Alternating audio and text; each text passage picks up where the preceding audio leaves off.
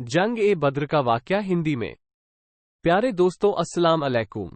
दोस्तों, आज हम बताने जा रहे हैं 2 हिजरी से ही रमजान के रोजे फर्ज किए गए और रमजान की 17 तारीख को यानी 13 मार्च सन 624 को इस्लाम की पहली जंग लड़ी गई, जो कि जंग ए बद्र के नाम से जानी जाती है। आइए एक नजर जंग ए बद्र पर डालते हैं। जंग ए बद्र में मुसलमानों के सामान सिर्फ 313 सहाबा, 70 ऊंट, 3 घोड़े, 8 तलवार और 6 ज़िरा। लश्कर ए कुफार के सामान 1000 अफराद, 700 ऊंट, 100 घोड़े, 950 तलवार और 950 ज़िरा। जंग ए बद्र में सहाबा एकराम की हालत। इस्लामी लश्कर के पास खाने पीने का सामान न था। किसी के पास 7 तो किसी के पास 2 खजूरें थीं। मुसलमानों के पास एक भी खेमा नहीं था। सहाबा एकराम ने खजूर के पत्तों और टहनियों से एक झोंपड़ी तैयार करके हजूर अक़दस नबी ए करीम सल्लल्लाहु अलैहि वसल्लम को उसमें ठहराया था। आज उस जगह पर मस्जिद बनी हुई है। जंग ए बद्र में कुफार की हालत। कुफार के लश्कर में खाने पीने का सामान बड़ी कसरत से था। रोजाना 11 ऊंट ज़बह करके खाते थे। कुफार के लश्कर में ऐश व इशरत का सामान भी काफी तादाद में था। जब वो किसी पानी के किनारे पड़ाव करते तो खेमे लगाते थे। उनके साथ गाने वाली तवाइफें थी। जंग ए बद्र का वाकया।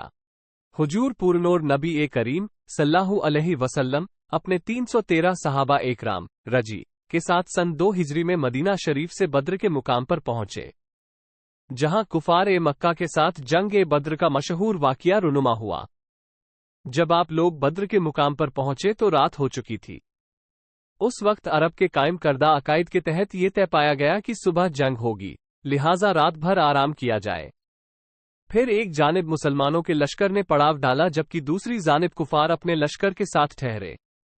हालांकि अगर ये मालूम हो जाए कि सुबह जंग होने वाली है तो मारे खौफ के नींद कहां आएगी।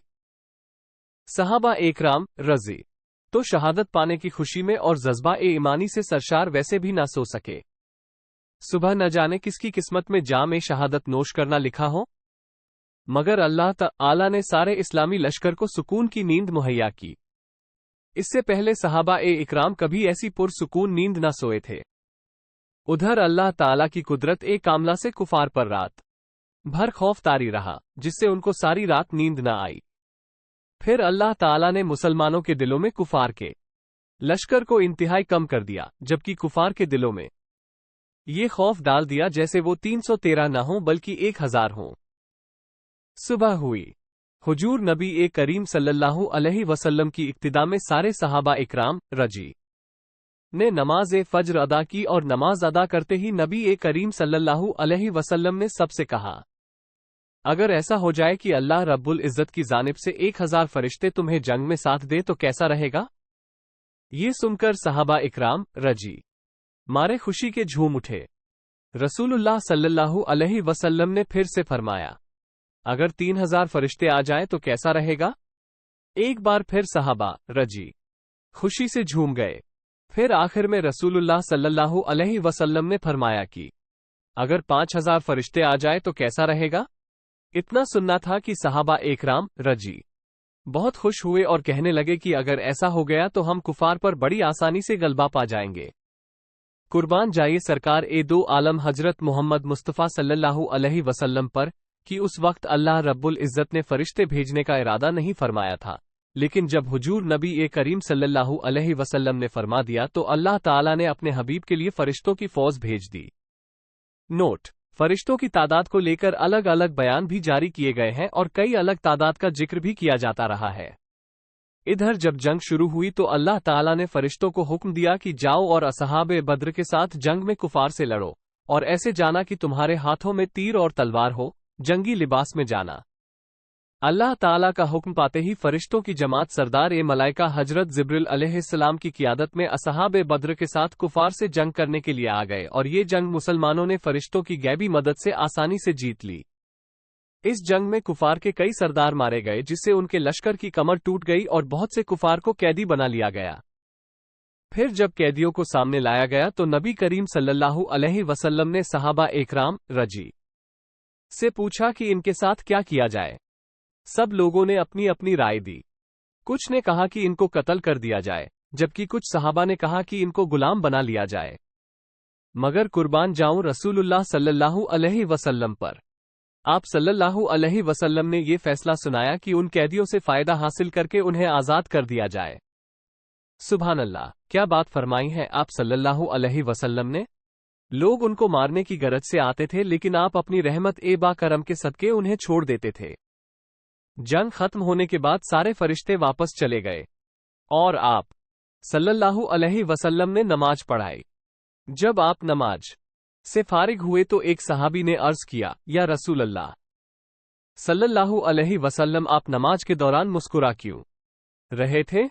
तो सरकार ए दो आलम सल्लल्लाहु अलैहि वसल्लम ने मुस्कुराकर जवाब दिया, जब जंग के बाद जिब्रील ए अमीन अलैहिस्सलाम तमाम फरिश्तों को लेकर चले गए, तो अल्लाह ताला के हुक्म से आसमान पर फरिश्तों ने उन्हें अंदर आने से रोक दिया और फरमाया कि तुम जिस मकसद के लिए गए थे, उसके बिना वापस कैसे आ गए।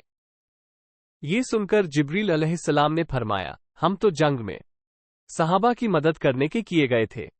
फिर उन फरिश्तों ने जवाब दिया कि नहीं, तुमको मुहम्मदुर रसूलुल्लाह सल्लल्लाहु अलैहि वसल्लम की खातिर भेज गया था, लिहाजा जाओ और जब तक उनसे इजाजत न ले लो तब तक वापस न आना।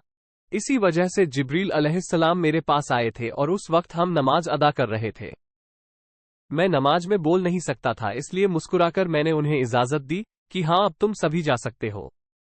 माशाअल्लाह। जंग ए बद्र से सबक।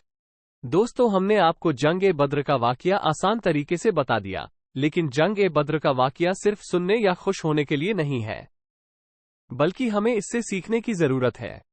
नतीजा, कुफार के लश्कर से 70 आदमी कैद किए गए और 70 आदमी कत्ल हुए, जिनमें अबू जहल भी शामिल था। इस्लामी लश्कर में 14 सहाबा शहीद हुए और मुसलमानों को फतह मिली। अगर आपको ये पोस्ट अच्छा लगा हो तो दोस्तों के साथ शेयर जरूर करें।